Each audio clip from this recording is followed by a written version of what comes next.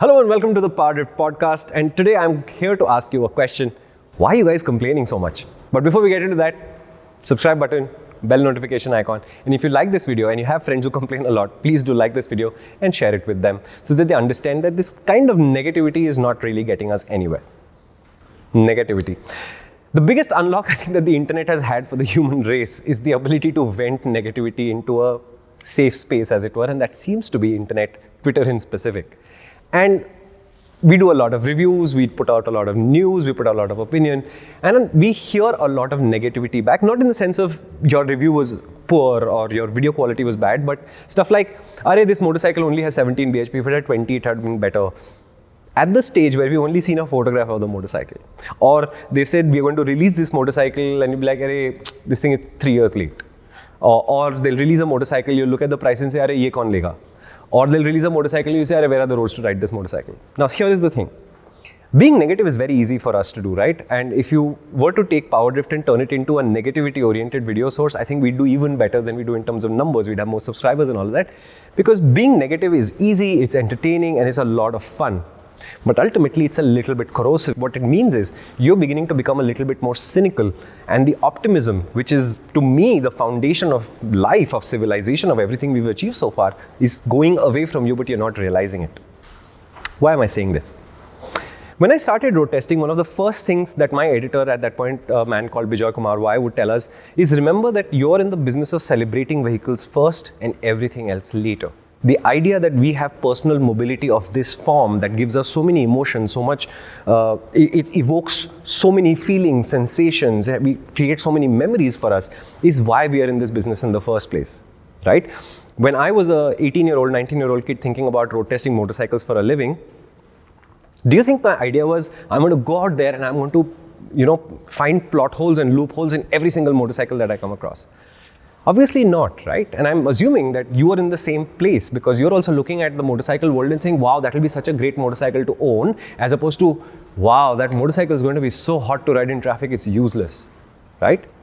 But look at where we've reached. I still think when I go for a road test today, and it doesn't matter if it's a 100cc motorcycle, a 50cc moped, or a 1-liter class sport bike at a racetrack, I'm still excited because I'm thinking, what if this is the next big thing? This is the motorcycle or scooter that will unlock this part of the market, and a lot of people have such a great time on it, create so many memories. This is going to be awesome. This is where my journey to a road test begins. Not all road tests go like this, right? You do show up at a place and you look at the job that a manufacturer has done, and sometimes you ask questions saying, "Hey, really, you think this was a good idea? You couldn't have done it like this? Don't you think that would be a better idea?" Sometimes they agree, sometimes they disagree. Sometimes you see your feedback reflected in a motorcycle that comes out 3 or 4 years later as an updated version to the previous one. But the idea is I always go into the thing excited saying, wow, this is going to be fun.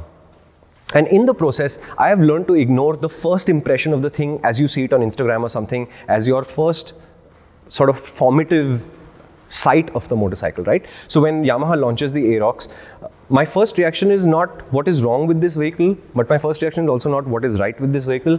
My first reaction is, wow, this means that the Indian scooter enthusiast finally has more choice. They are free to exercise this choice, right? You can always go to a showroom, look at it and say, oh, this is a piece of crap, I'm not going to buy one. And that's fine. I mean, that you're well within your rights to do it.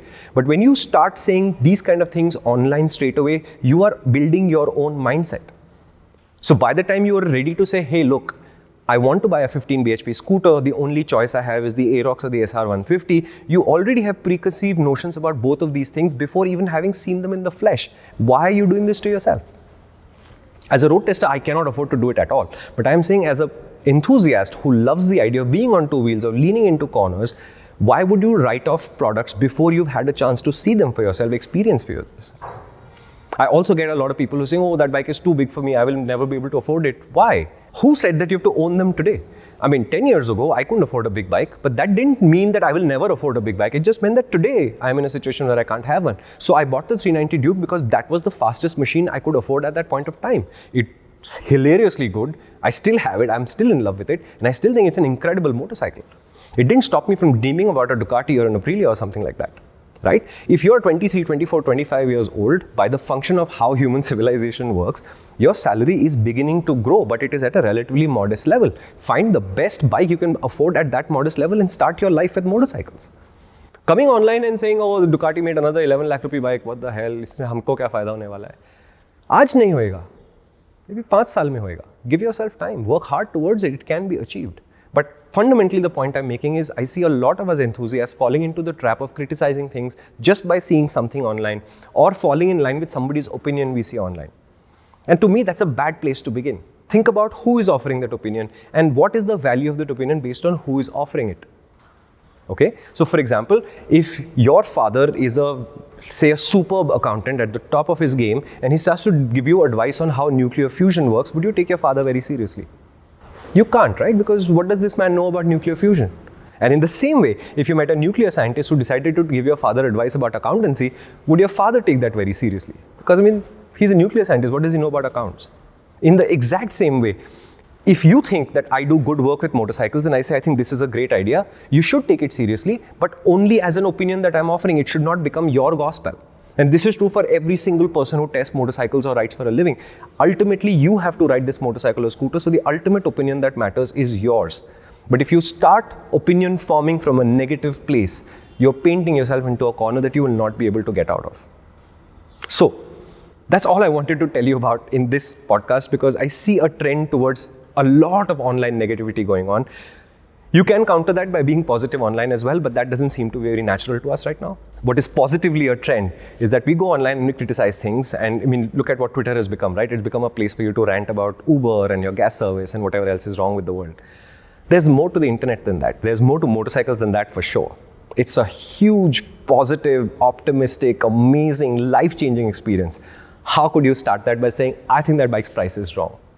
Let's wait to see it. Let's wait to ride it. Let's get a sense of what does it do in the real world and then decide whether it's good or not. If it's not good, you don't have to buy it. If it's good, please do. I encourage you, work really, really hard and get it into your garage, because it will change your life.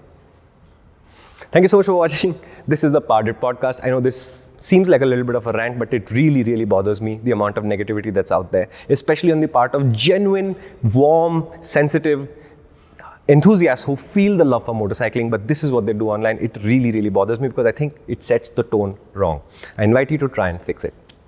Thank you so much for watching. This is the podcast. Please do hit the subscribe button if you haven't, the bell notification icon, so that you can get notifications when podcasts go out. And do like and share this with your friends, because I believe being positive, being optimistic is the source of everything good that we've ever been able to do on this planet, from the beginning till now.